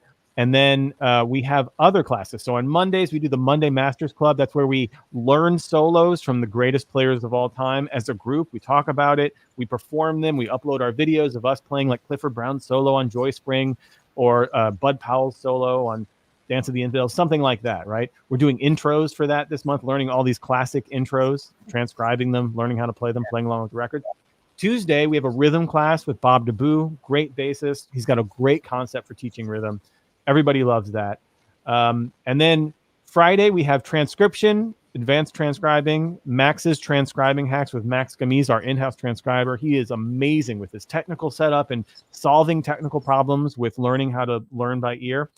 And then Thursday, we do these workshops with other YouTubers, other teachers that we know. And we had one other YouTuber come in and do a workshop, and he was so popular with our group that we gave him a weekly slot to teach his concepts. He's got his own YouTube channel called Things I've Learned from Barry Harris. And our Open Studio Pro members just love him. I hope that, Peter, in 2022, we can do even more with this guy because he's such a talented teacher. And his concepts, which are, he's learned directly from Barry Harris, who is, of course, the master, are just so useful and fun to work on, and they make us better musicians. So we're so happy to have with us Chris Parks stopping in. Hey, Chris. Fantastic. Nice to see the both of you. Peter, it's a pleasure to meet you. It's great to meet you. I feel like I know you, but this is our first official meeting. So how you doing, man? Oh, man, everything's great. Can I just say, what a beautiful mission statement. That's it. See, for me, that's it. Just to make everybody better. Isn't that just perfect? I think that's also, that's what Barry's been doing his whole life. I was just about to say, man, that spring, like that's just his natural, like that's in his blood as his mission statement, both from his playing, but from his, just being a legendary, probably the most legendary educator player that this music's ever seen. Yeah, and I mean he's so giving and so just upfront with everything. You know, my favorite thing about Barry's class and his whole concept is that he's constantly searching and he's constantly exploring, and then when he finds something, the first thing he wants to do is share it with everybody. It's like, how could it be? What could be more beautiful than that, you know? And that's why the first class that I took, I think I told this before, but the first class that I took, you know, it was so over my head. There were so many things that I didn't understand. And I was this close to leaving, saying, this is, you know, there are other ways to study. But just the sounds that were coming out and his examples at the piano were just, I said, this is the place, you know? So if it takes me the rest of my life, I'm going to try to get better like this, on this level of better, you know? So that's why I love what's going on with Open Studio, because here it is, right here. It's right here, and it's so accessible to so many people. It's fantastic. What a pleasure to be a part of it, really. Chris, well, the pleasure is all ours, man. And like I said, our Open Studio Pro members just love you, and we hope we get to do much more with you in the coming months and years. I'm so inspired by Barry, too, because we took, I think, the second class you did for Open Studio. I was there participating, and I love that you get, it's just like, I've done a couple of those Barry Harris workshops myself when I was younger, and it's just like Barry's class where you're like, come play, like you're inviting everybody there to come play and actually just get in it. Like, don't be shy, just come do it. You can't think your way through this. You just got to come try it. But in that second class, I think it was, you talked about his sort of concept of the chromatic scale, right? Which is like, okay, but it's a very specific thing. And you said this is something that he's kind of recently, you know, this is the last 10, 15, 20 years. Well, he came up with that, and I think it was like 1997. So think about that. 1997, he's what? He's almost 70 years old. Yeah. And then he says, there's this thing that I've been looking at. And then he shares it with us, and we're all kind of like completely stunned, because it opened up a whole new avenue of things and resources to come up with pretty phrases from it. And I mean, that's the way he always has been since I've known him, you know?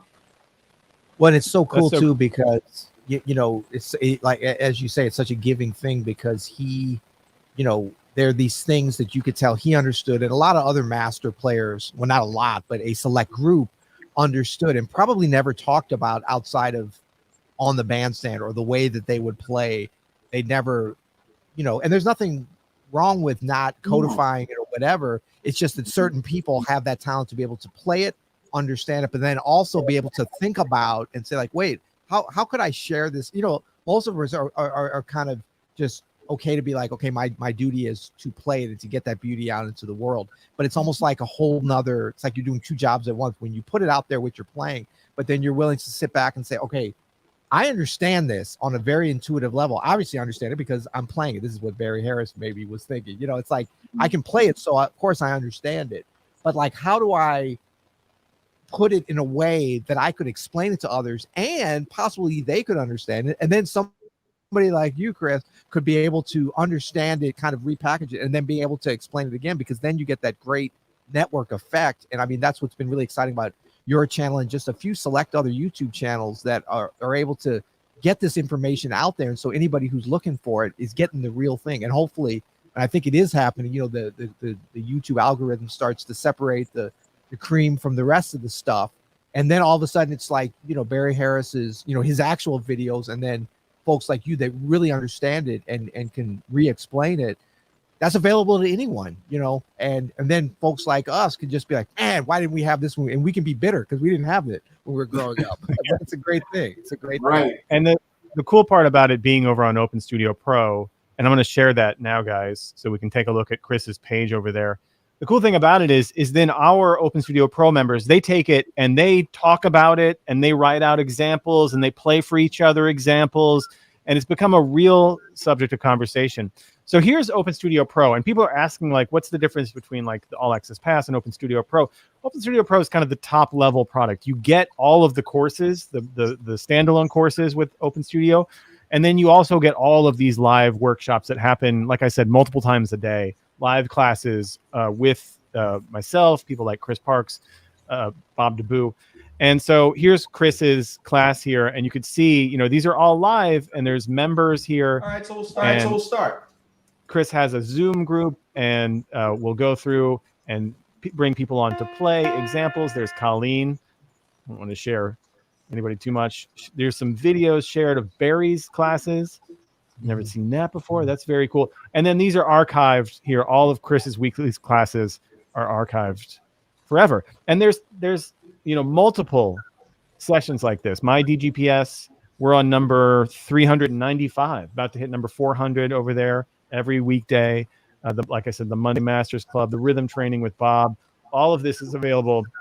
And then things like the Jam Session Challenge is also over on Open Studio Pro, where we pick a tune every 2 weeks and ask you to share yourself playing it. This fortnight is Black Orpheus. A lot of people sharing their playing of Black Orpheus. It's a really great community over there. And just want to give a shout out to all of our Open Studio Pro members. There's a ton of them here in the chat. I see Chayla and Juan and Colleen, of course, and Tortog and a bunch of folks here. Just what's up to all of y'all. Thank you for really making us better educators by your, you know, constantly being around and asking questions and pushing us. It's great. You know, Adam, I think that's why Barry kept and still keeps his class going, is because it makes him better. It makes him better. If he has to keep explaining and figure out a different avenue to get it across to a different type of player, he has to do it. And what I always found amazing is in his class, I know you probably experienced this too, Adam, in his class, there's every level possible. There's people that just picked up an instrument a couple of months ago to like guys that are already fantastic players. Heavy cats in there, yeah. Yeah, like really, like intimidating, you know, like, you know, very intimidating, but it's still wonderful because you still feel like it's for you, no matter what level you're on. And that's what I'm telling you, the Open Studio thing was such a natural feel for me because that's exactly what I feel from this channel. This whole thing, it's just so beautiful. And every video I've watched of Peter's, I feel the same kind of giving that I feel at Barry's class, and the same thing from you, Adam. So it's wonderful. It's like it's just nice to be a part of people that are like-minded, you know. Well, I can tell you, Chris, I want to talk to Adam, just give you another view on OS Pro too. I know folks are asking about it, but Chris, funny little thing, like Adam and I, we're always texting each other, and up until, you know, we discovered your channel, which was actually Adam, it was always like if we were sending a YouTuber jazz instructional thing, it was like, oh my God, can you believe this? And it would be like, you're not gonna believe this disinformation that's being spread around, you know. And we had to be careful because this was during the time when politically everybody was talking about fake news. You know, we didn't want to go into like fake jazz information. And there's so much of that out there, as we know. Not even just fake. I mean, just, you know, I do feel responsibility when we put things out there. It doesn't have to be, we're not all going to, I mean, none of us are going to be able to, you know, come up with something like Barry Harris, but at a minimum, let's like put stuff that we know works, you know? And so I remember when Adam texted me, he's like, yo, you got to check this out. I was like, oh, okay, this is gonna be funny. I got to go. And I clicked on the link and I saw you and I was like, yo, this is really good. He's like, exactly. That's why you got to check it out. And, you know, we were just, you know, we knew you are like-minded, you know, in terms of like, let's spread the information. Plus you were speaking about something that I've tripped over specifically so much that I understood, but I just could not get across. Adam was pretty good at it, but he's like, no, Chris can really, he's like, we need to talk to him. And so such a beautiful thing to be able to connect, you know, through YouTube and, you know, to link up in that way. Yes. But I would just say for everybody in terms of the Open Studio Pro too, you might want to think about this. I think it's very easy to get overwhelmed, even with what you were just showing, Adam, because there's so much great stuff. And I know it's a lot of the folks that are on here are taking advantage of nearly everything.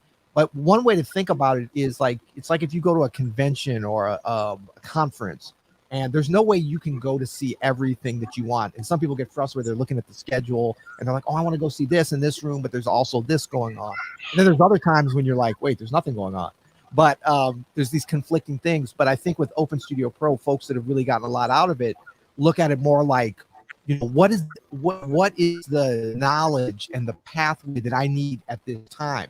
I don't need to learn everything this week. I can't learn everything, but where do I kind of navigate it? And Adam, you do such a good job of kind of curating that from folks, whether it's like, check this course out, or, you know, when there's sort of a momentum with the group really wanting to delve into the bebop thing, you know, get with Chris every week, and then we're able to present that. You know, if you get that one spark of information, and then you can take that and practice with it, and then come back and share it with the community, and maybe ask each other with your peers, that's a very, very powerful thing. I think it's something that we all experience at pivotal points in our, you know, kind of development, but it's something that we hope to be able to provide at all times. But I just want folks to know you don't have to be getting that from every source at every day. There's no required. You've got to be there, plus you've got to be there. There's embarrassment of riches available, even with the things we just described. But it's the type of thing that if you follow just one track for a while, you're going to get a lot out of it. Totally. Well said, Peter. Yeah, agreed. Agreed. Thank you so much, man, for being here today. And thanks for all your great work over on Open Studio Pro. For all of our pro members, you're going to see a lot more of Chris, you know, coming up. So stick around for that. And thanks, Chris. Have a great holiday, man. Thank you both. Happy day after Thanksgiving. Nice meeting you, Peter. Appreciate it. Good to meet you too. Good to meet you too. Chris, everybody. You got to check out his channel too. Oh, go ahead. You got check out his YouTube channel. Things I learned from Barry Harris. It's fantastic. And if you're an Open Studio Pro member, you can upgrade today and save some money. Or sorry, if you're an Open Studio member, Piano Access Pass, All Access Pass, I think you're probably the most primed for Open Studio Pro because you kind of are already in our system. You might check out Open Studio Pro. Now would be the time to think about upgrading. We have some questions in here, Peter. It seems like Ed was asking about what course. Ed, what course did you end up getting? Ed says, what course should I get for a beginner pianist? Oh, let us know what you got, Ed. Am I stating the obvious there?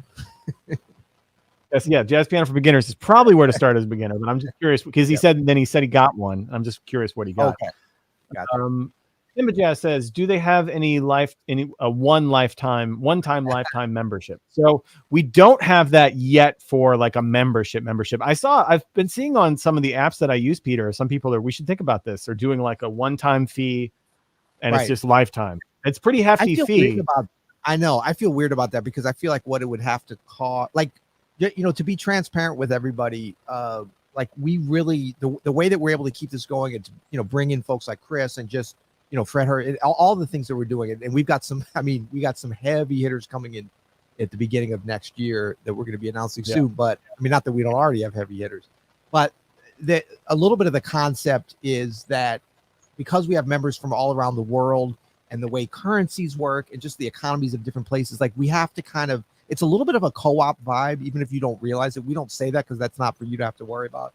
But the way we're kind of able to spread things around is that certain folks, you know, and really Black Friday is about this, is about like a big discount. So we're getting more price conscious people.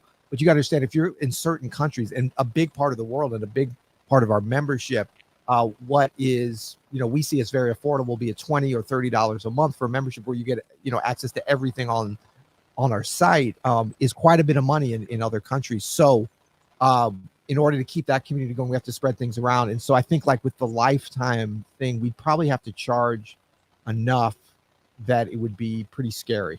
I don't know. But we'll definitely think about it. Plus, I feel weird. You know, like I got a thing that was like, that was what was it? You ever got like a lifetime? I remember I got a lifetime warranty on a suitcase. And a Toomey. It was a Toomey suitcase. It was expensive. And the thing broke. And so I called them and they're like, well, how old is it? I was like, it's 8 years old. And they're like, oh, well, you're gonna have to pay to have it fixed. I was like, it said it had a lifetime warranty. They're like, no, that's the life of the bag. I was like, I thought it was my lifetime. You know, they're like the average. Yeah, they're like, you know, if you travel in heavy, it's X number of years. So that's the other thing. I mean, it's kind of funny.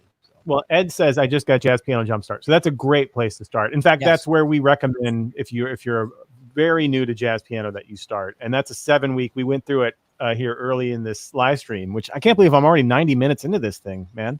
But I can believe it. You're a master of the live. What are you talking about? You're like the foremost live streamer on Jazz YouTube right now, man. Not surprised at all. Yeah. Well, I don't know about that, but Yeah, that's a great place to start, Ed. Let us know what you think. Let us know if you have any questions. And that's exactly what I would have said. Either that, or depending on your skill level, jazz piano for beginners. But honestly, either it's kind of an apples and oranges thing with those. One is just more of a focused, here's 7 weeks, and the other is something that you might be able to stew in for a little bit longer. Yeah, I think if you're not sure, actually Jazz Piano Jumpstart's probably better, because it's before Jazz Piano for Beginners. Remember when we originally developed that course, Adam, because some folks that were doing Jazz Piano for Beginners were like, I need something even more foundational. Like I'm getting not lost, but I feel like I need something more. So the level's not that, it's just a little bit before Jazz Piano for Beginners, but there's a little more hand holding. There's a little bit more like, let's get you up to speed. Let's kind of lock in some of these really foundational things. So you can certainly start right with Jazz Piano for Beginners, but if you want to really, and it, if you get into Jazz Piano Jumpstart with any of our courses and you start doing a lesson or two and you're like, oh my God, this is way too easy for me, just please reach out to us, customers, so we'll exchange it out for something else. We have a full satisfaction. Like, what our goal is for you to get better as a jazz player. So that means you have to have the right courses. That's why we love the memberships, because you can try anything. But we're very happy to make sure that you're at the right place. So Lucas, who's I think probably a more advanced player, Lucas did it right. I got the Keyser birthday pack. That was a couple of weeks ago for Jeffrey Keyser's birthday, and it's the best. Yeah, all of Jeffrey Keyser's courses here on Open Studio are unbelievable. Yes, as is Keyser. Mason says, I just joined the other day. I'm working through the Pentatonic course. I'm new to piano, but I played bass professionally, so technique courses appeal. That's so cool. Yeah, we have a number of courses that I think work really, really well for piano as a second instrument, and that's a great one. Mason is the jazz piano technique Pentatonic course. You know what's cool? There's so many folks that play multiple instruments these days. It seems like more than ever, wouldn't you say? Specifically within, even either within the jazz world or even playing a lot of different kinds of music, but they want to play several instruments and they want to kind of come into jazz so that they can really get that deep dive on technique and harmony and all the different things that you can do. It's super exciting. Mason also says, are there other technique focused courses I should check out? So Mason, there is the piano finger independence. That's technique focused. And you might even consider the major scale course just to really get around on the major scale in all 12 keys. I work with you on that. So yeah. And then Martin says, this is great. These are great questions, by the way. This is why I'm glad we're doing an open house, Peter. So Martin says, I would buy a transcription course as well. Wait, where was that? That was the... Yep. So we do have... Oh, here it is. So he's saying, love the language of the master's course, but not hesitate to buy volume 2, 3. So I was going to say, Martin, that is our sort of transcription course, our brand new course, Language of the Masters, where Peter and I break down the transcription of 5 solos. I mean, but for everybody else, 5 solos from 5 of the greatest pianists ever on a blues. And yeah, that would be a fun course to replicate volumes 2, 3, 4. Like, what if we did different pianists, different forms? That's really could be a once or twice a year thing for us, Peter. That would be fun. I have a question for you then. Would that be something you might be interested in? Hey, that's what I'm missing. I know how to reach across and press some buttons on your side. It's not a problem. That's excellent, man. All right. So, hey, Peter. Yes. You hear me? Are you there? Yeah, I'm here. I'm going to go refresh my coffee for a second. I've been on here 90 minutes. I'm just going to move my legs for just a second. Can you handle some questions for 2 minutes? Absolutely. I'll have to read them out because I don't have the ability that Adam, hey, what's up, has in order to put them on the screen, but that's okay because he will be back shortly. Brendo says, I'm loving the new beginners course, but also making my way through the Jumpstart for good measure. Yeah, that's a good way to go about it. And you can even kind of jump around. I mean, a lot of the things that, Adam and I spend a lot of time talking about, certainly, new courses and different artists that we want to bring, but we're always talking about sort of core open studio concepts and sort of ways. And an example of that is, listen and imitate, learning solos by ear as much as possible, as opposed to just transcriptions. These kind of ways that of doing things, ways of practicing, things that are infused in many of our courses, even like Jeffrey Keyser's courses and McBride's courses and Diane Reeves, stuff that we never, like when I bring in artists, I never tell them what to teach. I never tell them, look, you have to do it this way. But I do bring in, I guess, like-minded teachers and artists in a way, in that they're committed to kind of hitting these foundational principles, much as Chris was talking about, things that work, systems that work, ways of doing things. And I think that what you'll see, especially with Adam and I and my courses, the ones we've collaborated on, like, elements of jazz piano, where it's very much like specifically what to practice, how to practice it, so that you can feel like you're really moving along, whereas like Jazz Piano Jumpstart and Jazz Piano for Beginners is really about getting these essential elements, like starting to learn, like, I can play piano, but what the heck is jazz? I love the way it sounds, but like, I don't have any idea of what I'm doing. So we try to kind of keep these principles the same, though, and we believe in them deeply. And what we found is the more we sort of stick to those, even as we move through the different levels, the easier it is. So I do think that if you jump around some, it shouldn't be a problem, because we don't really, I don't think we contradict ourselves on those core principles. We probably contradict ourselves on some fingerings or some other more mundane topics. But in terms of core principles, they're really deeply ingrained in us. And that's one of the things we're hoping to share. How's the coffee? A couple of questions. It's delicious. Blueprint. Shout out to Blueprint. If we could get. I should have got some from the studio, from Grace Note. Well, I'm gonna go get some. I'm gonna go make an espresso in a second, so we'll do that. Go for it. Anthony says, "Hey guys, I've bought a couple of courses over the years that I'm still working through. What would be the benefit of upgrading to an all access pass?" So, Anthony, the benefit would be a couple things. You would get that piano pathways, where we would kind of show you very clearly like a pathway through all of our courses that might help. You would also get access to any course we've ever made, plus any course we're going to make, as long as you're a member of the All Access Pass or the Piano Access Pass. If you just play piano, that might be the more efficient way to go. It's something where it's like, if you get stuck or you just want to work on something different, you can sort of take a variety of things and find your favorite lessons, or find your favorite teachers or your favorite concepts and go with them, as opposed to, I have to finish this course before I can move on. A lot of people are kind of stuck in that mindset. And that's really not, if you think about it, that's not how we learn much of anything. Like, I went to music school, Peter, briefly, like 20 years ago. Yes. And it's not like when I was out, I stopped thinking about the things that I learned there, that, the great teachers and the classes that I took. It's like you always kind of go back and you refine how you're working on those things. You're searching with these things that you've learned from, as sort of your guide and your seed, right? So I would say, Anthony, the benefit to that is just the variety of what you can check out, and maybe find really the thing that resonates with you the strongest. Yes, absolutely. And I think that, a challenge that we've had, and really, to be honest, I haven't figured it out, Adam. I mean, we just haven't totally figured this out. Is like, when we first came up with the idea of a membership, it was sort of separate from community. We always had a community, even started with Jazz Piano Method, 11 years ago, pre-Open Studio. Like, there was an immediate kind of community of a couple pianists. It was crazy.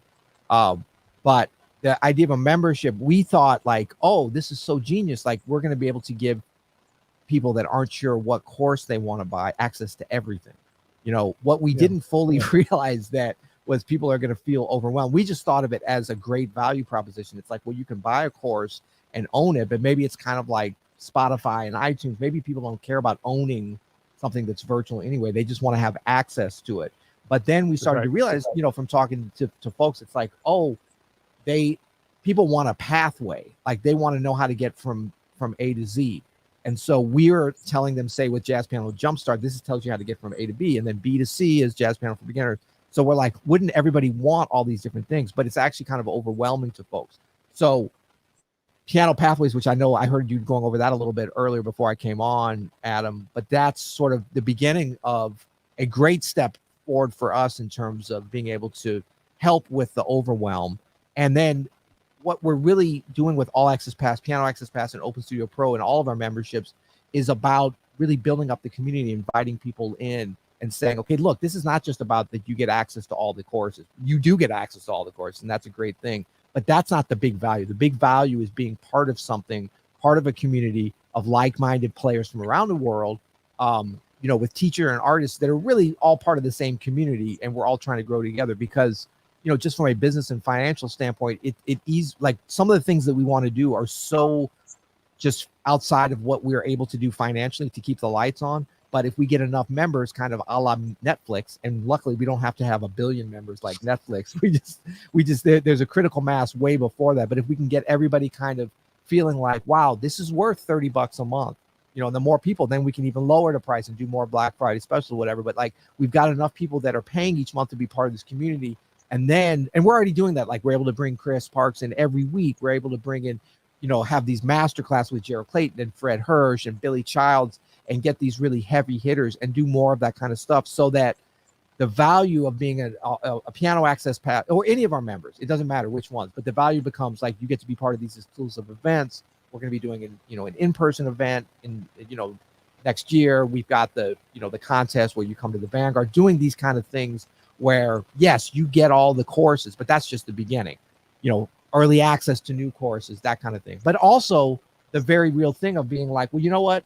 I would have never bought the Diane Reeves course, but I was in Open Studio Pro, or I was in the Open Studio Pro area, and I heard somebody talking about it. I can jump in. It turns out there's a lesson that's really about accompanying, where I'm talking about with Diane about what you do as a pianist to accompany a fabulous singer. So I can jump in and just, check out that one lesson, and with the curation and the pathway that they're giving me, and the other community members, they can sort of show me the value of all this. Because we realize now it's like just dumping a bunch of information out there is not the answer. We want to give you the courses, but we want to give you that pathway through. We want to give you the answers as you go. And that might be Adam, it might be me, it might be Keyser, it might be Diane Reeves, or it might be another community member of Open Studio. But you'll have the answers to those questions as you go, because those elements together with the courses, the ability to go back and watch it over and over again and really learn, that's what's going to make you a better jazz player. And that's like, we have figured out. So there's some suggestions in here, Peter.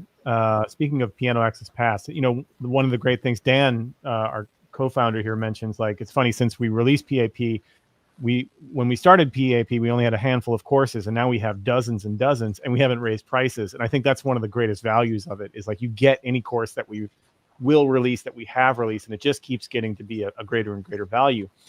Yes. And Denny's here has a suggestion. Course only about rhythm groove will be great. So that's coming in 2022. Yes. We have had some early 2022. That's really on the top of our agenda, because I think we've figured out some things on teaching that, Peter, in the last couple of months. And then, question for you kind of about that first. Is it about the notes? No, the notes don't matter. Not in this course. Not in that particular course. Then our newest Open Studio Pro member, Joe Mascara. Peter, I don't know if you know about that. He says, what about accompanying a lousy singer? Now, I don't know about accompanying a lousy singer, but we are in talks with a very good pianist to possibly do something on accompanying a singer, maybe sometime in 2022. So be on the lookout for that for PAP folks. Yeah, and actually, Joe, we do, how to accompany a great singer also teaches you how to accompany a lousy singer. It's just a little more fun with the great singer. You know what I mean? Absolutely. But it's like, the pathway is the same. You got to work harder. That's all. Martin says, I bought the Brazilian drummer course from Edu, as I love his podcast. Edu's incredible. Yes. And that's an incredible course. So we actually were limited time left, Peter. Thanks for hanging this long, man. I didn't know that you were going to be on here for this long. But I wanted to just show our members. We're nearing the end of the year. We're almost in December. Yeah. And I just wanted to kind of show one of the things that I'm certainly most proud about from this year. And that is the Fred Hirsch course, Thoughts and Experiments with Solo Piano. Peter, I don't know about you, but I'm just so proud that we made this course with Fred. Yes. That he chose us to sort of be the platform for his teaching. And it's such high quality. The production team just nailed it. Obviously, the teaching is high quality. Max nailed it with the transcription. How we have it flow is incredible. Our members have flipped out about this course. Everybody absolutely loves it because it's so. Fred, he's an iconic pianist and teacher, and It's just so cool. So I thought we could watch a little bit here of one of his lessons, experiments with harmony, chords, and counterpoint. This is good, and I'm going to give you a this or this on the okay, on the echo. Or go. Or I'm going to mute my mic, but feel free, Peter, if you want some espresso. Now's your time. Is what I'm saying. Okay, I'm going to do that. Okay. So this is straight from Fred's course called Thoughts and Experiments with Solo Piano. And just listen, for our pianists out here, listen to the touch, the sense of rhythm as he works through this lesson. Little open house here.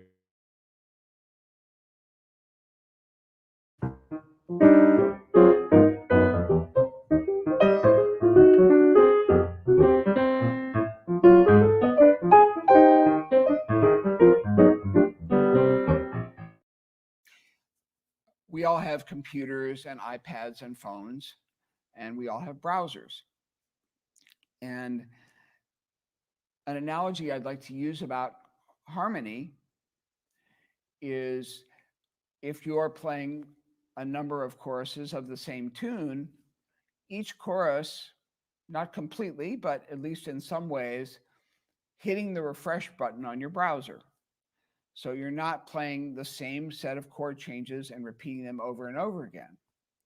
Now, those of you who are using real books, which I suppose are the kind of standard go-to thing these days, I actually have never owned one, but the temptation is we see G minor 7, C7, C minor 7, F7 flat 9 on the lead sheet. And so that's what we play. And then we scratch our heads or we ask somebody, well, what scale could I play that goes with those chords? But the chords that are there are really only a vague outline of the harmonic motion of that section or that tune. So if we take a Cole Porter tune,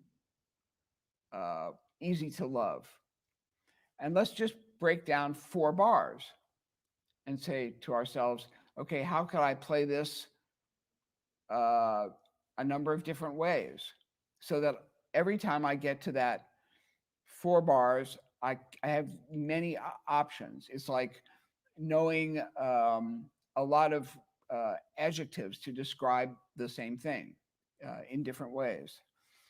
Now, that does not mean that you have to know every word, say, in the English language. There are writers who wrote with such a vocabulary that you're running to the dictionary every paragraph. And then there are writers who wrote with very simple materials. I think of Ernest Hemingway, who wrote incredibly memorable stories and not much past a junior high school vocabulary. But the stories are great. And this is what we're doing. We're telling stories. So if you're telling a story, why describe a character the same way all the time? Why not say, well, here's a different viewpoint on that character? So here we go. Let's try Easy to Love. So we have G minor. This is the original change. C minor 6, G minor 7, C7, F.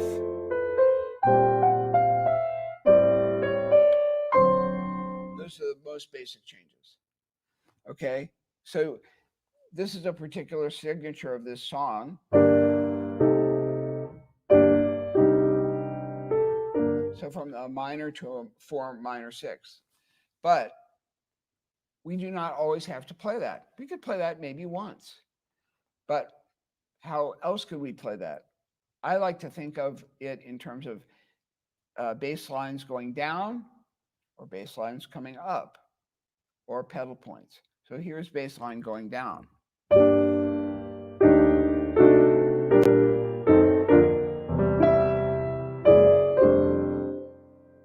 Or another bass line going down.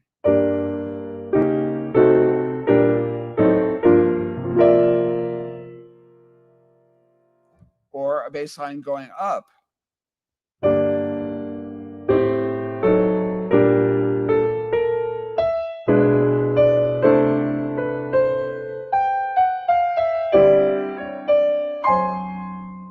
basically I went up.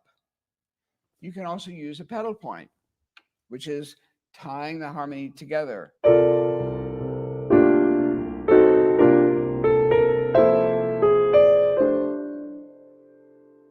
So those are basic devices that we can use. You can also use extra 251s. You can use, these are all functional solutions. I'm not talking about science project chords.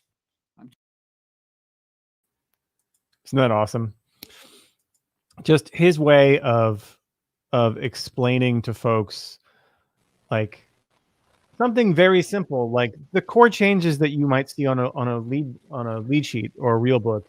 It's not meant to be taken so literally. It's really just a suggestion, a very, very loose sketch of what I love that he says the harmonic movement could be. And then he shows you right there 3 different ways to think about the same set of chord changes. And that's how most jazz pianists that I know think about that as well, is that really when you get to a certain point of understanding that it's all a suggestion and then it's all this way of creating tension and release around, different tonal centers, you can do all of this crazy, contextual coloring with the bass lines and the movement or pedals and all this stuff. And he's got such a brilliant way of really, simplifying everything. Like that section that we just watched, that 8 minutes or whatever, that for me is like 2 weeks worth of fun practice ideas, Oh, for sure.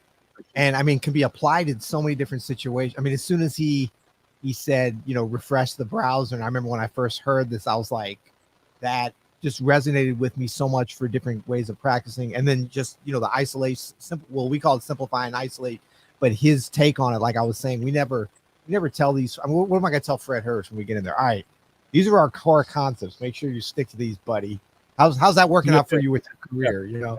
But it's so fun to hear the same truth, the same core concept, but with like a different outfit on, from a different angle, from a master artist. It's so gratifying on the one hand to be like, oh, okay, I think we were onto the right things, but it's also so inspiring when it's framed in this different way. Personally, for me, like you say, it's just like, oh man, I'm going to run with this with my practice and with my other lessons. I'm going to use this. And so it's like this circle, what do they call it? Concentric circles, where it just keeps spinning around, and it's super, super exciting. Super fun, man. Well, Peter, we're actually, we just have 10 minutes or so left here for our open house. Yes. If anybody in the chat, or Peter, if you have any Open Studio course or Open Studio lesson that is stands out as something that you want to see or highlight, or if there's any, you don't even have to be an Open Studio member. If there's just a course that you've seen from us that you would like to see more of, now's your chance. This is what an open house is all about. Yes. So please let us know. And then, of course, just to remind everybody, it is Black Friday, and which is why we're here. There's we get a lot of new members around this time of year, and so go to openstudiojazz.com. There's a link here in the description, and you could save 60% on every course we make today. All the memberships, go do that. Yeah, and look, big shout out to Colleen, one of our most beloved members, and thank you for the super chat, Colleen. That's super. Oh yeah, very sweet. And we rarely get those, so that's super exciting. But I would just say, I know you're asking for their memories. I'm gonna favorites. I want to throw one thing out there. I love I love both his courses so much, and I would encourage anybody, Christian McBride. First of all, he does some great piano work. He's an incredible pianist. He's just a great composer, and he's just a great musician. And he breaks down some stuff at my special request in the first. He didn't want to do it, but he did it. He said he was going to trust me. I said, man, you got to get at the piano. Some people are going to like this. So I think for pianists, for anybody to check those lessons out, and really just check out McBride, no matter what instrument you play or how you think about this. Like, he's sort of the penultimate intersection of skill, entertainment, and education. So, or edutainment, as we've been known to call it around here.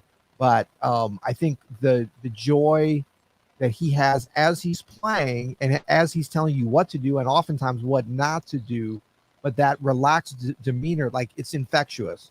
So you can kind of watch him play. Like, sometimes we'll watch things and be like, oh, this is so fun to watch. It's so entertaining. I'm probably not learning anything. But in Christian McBride's case, I would beg to differ on that. And Like this is kind of like a guilty pleasure where you're learning. It's like you're eating your Haagen-Dazs, but you're getting healthier somehow. It's super like because what I think we can get is that spirit of being relaxed and being in the moment and being fearless. And yeah, no, we're not all going to be Christian McBride. In fact, nobody's going to be Christian McBride except Christian McBride. But the essence of his talent is that he's embraced being himself, you know. And so I think that if you watch it with that kind of a spirit, it can be a good, like you can watch Fred's stuff and get like you say, some specific things to practice for the next 2 weeks, months, years, or whatever. And then the fun thing about this, especially if you remember where you got all access to everything, is then jump over and then get a little bit of just sort of music and life inspiration from Christian McBride, just laying out some great stuff. It's a really effective combination, I think. Totally agree. You know, to stay inspired and to keep developing. Well, let's check out a little bit of that lesson. Piano non for pianists, for piano for non-pianists, I think is what you were talking about, Peter. And it's just, I mean, this is a great lesson for pianists too, actually. This is, you know what I mean? Like, just one of the greatest bass players of all time laying it down, his philosophy on playing piano. All right, he's already, sorry, I'll mute myself. I'm going to do that again, but he's already way better than you think he's going to be.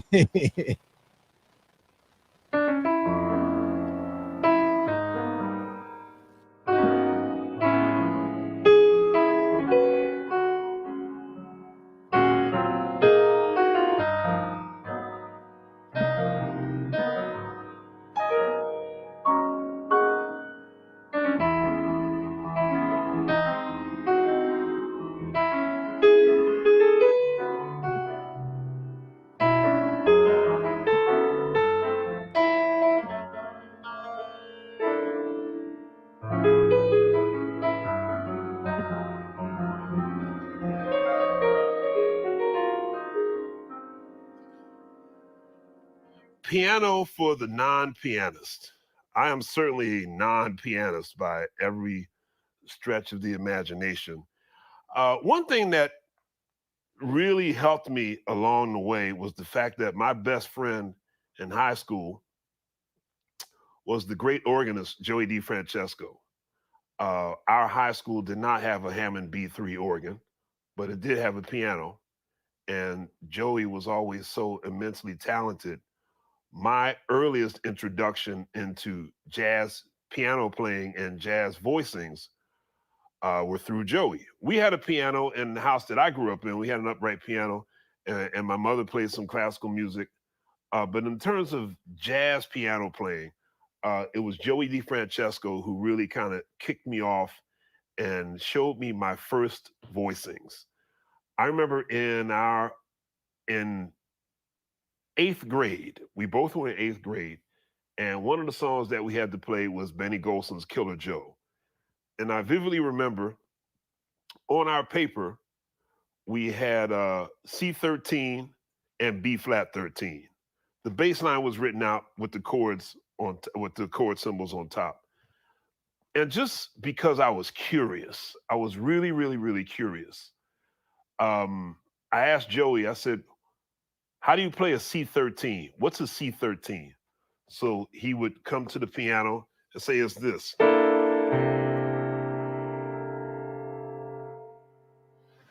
And at that point, I knew that all points of the scale had a number to it. Scales were just as much numbers as they were actual notes to me. So I kind of put together in my own head that if there's 11 notes in a scale, obviously the 13th must be some sort of an extension of the basic parts of the scale. And I thought, now obviously you don't put everything in, because a C13 would actually be this. So when you play a C13 chord, you're not playing.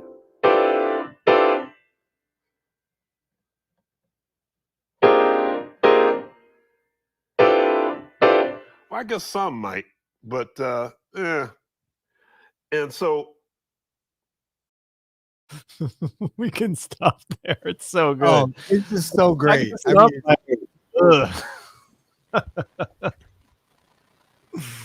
I love how, like, you know, that's so McBride to be like, well, I didn't know anything about jazz theory, and so Joey DiFrancesco showed me a C13, and I figured it all out from that. I know, right? I know.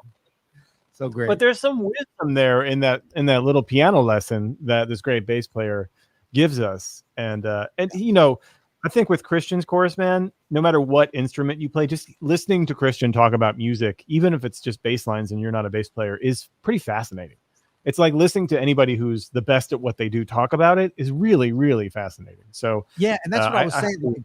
Like we shouldn't feel like, oh, it's because it's so, he tells these stories in such an entertaining, and he's such a great storyteller as well. But there's a lot of great knowledge in there. That's why I was saying, like, don't worry about like, oh, I'm just being entertained. You're gonna get, I mean, even like about his conception about a 13. That's such a great way to think about. I mean, obviously, you know, he went on to learn all the theory behind it and everything, but the fact that he's able to kind of go back to that beginner mindset and explain where it's coming from is very valuable for pianists, for non-pianists and pianists.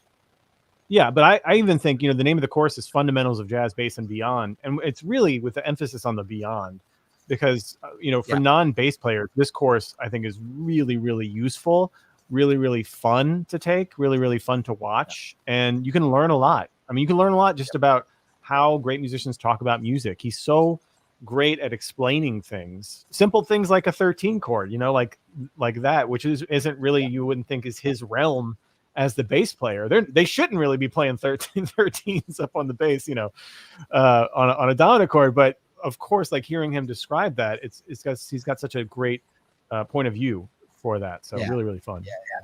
Well, and it's like his whole thing on, you know, and there's another lesson in from this course where he breaks down, you know, bebop and modern language and like how to navigate that, both in terms of bass lines, soloing as a bass player, but also just in, you know, conception in terms of how you approach the bebop chord changes and how you make that modern, like, and what does that mean in terms of language. And that's something that's really universal for all instruments, drums, everything. And he's so good at kind of boiling things down, complicated things to the very basic elements, to, you know, get you to understand it and kind of get you on board with it. Peter, one of our Open Studio Pro members, Nan, I think she's coming to, Nan, I thought you said you're coming this next week as well to the Vanguard. Nan says there's a great falafel place around the corner if you want to get some vegan fare. I think I know. I think it starts with an N, like your name. Not if I'm thinking of the place right behind. Yeah, exactly. Right. That place is incredible. Little takeout place, and I will be there. I will be there on stage. And if you want to talk to me, I will be at the falafel place. Don't worry. Thank you. Well, Peter, I think we've done it. That's our open house for today, folks. Thank you so much for joining us. All of our Open Studio members who are here, so many of you, thank you for coming and hanging. To all of our non-members who are here hanging, thank you for coming and hanging. And Peter, thank you for spending the time with us today. Great to see you, man. Oh man, I just came along for the ride. Thank you. I want everybody, if you get a chance, give a big thumbs up or a hand clapping for Adam Manis, who pulled this off today, but is in here every day with Open Studio Pro with his amazing YouTube videos that he's done over this year. You know, he's our creative director, but more than that, he's really the creative soul and heart of Open Studio at this point, and that conduit between, you know, I mean, he is one of our artists, but he's also the one that organizes the artists and the piano pathways and all these things. So thank you, Adam, so much, man. Appreciate you. Yeah. Oh man, Peter, my pleasure. Thanks to everybody for joining. Thanks to all the new members. I know we got a ton of new members during this open house. So thank you so much, everybody. We'll see you around. Joe, I'll see you at Open Studio Pro, man. Super excited. Hey, Joe's my friend, my in-person friend now, Adam. I've got that. Joe, I've been holding that over everybody's head because everybody feels like they know Joe. But I met Joe in Texas in August, I believe it was, in person. Okay. And met with Joe. We had a really fun time there. And so I've been holding that over everybody's head that he's my personal friend. Awesome. Great to see y'all. Later, everybody. Later, Peter. Later, Open Studio folks. Again, go to openstudiojazz.com today. 60% off all of our courses and our memberships. It's Black Friday, folks. That's what we're doing. So we'll see you around. I love all the Adam Adam plays. Oh, Elias Mahana's here. What's up, Elias? Happy Thanksgiving. What's up, Elias? From our Jam Session Challenge. That's right.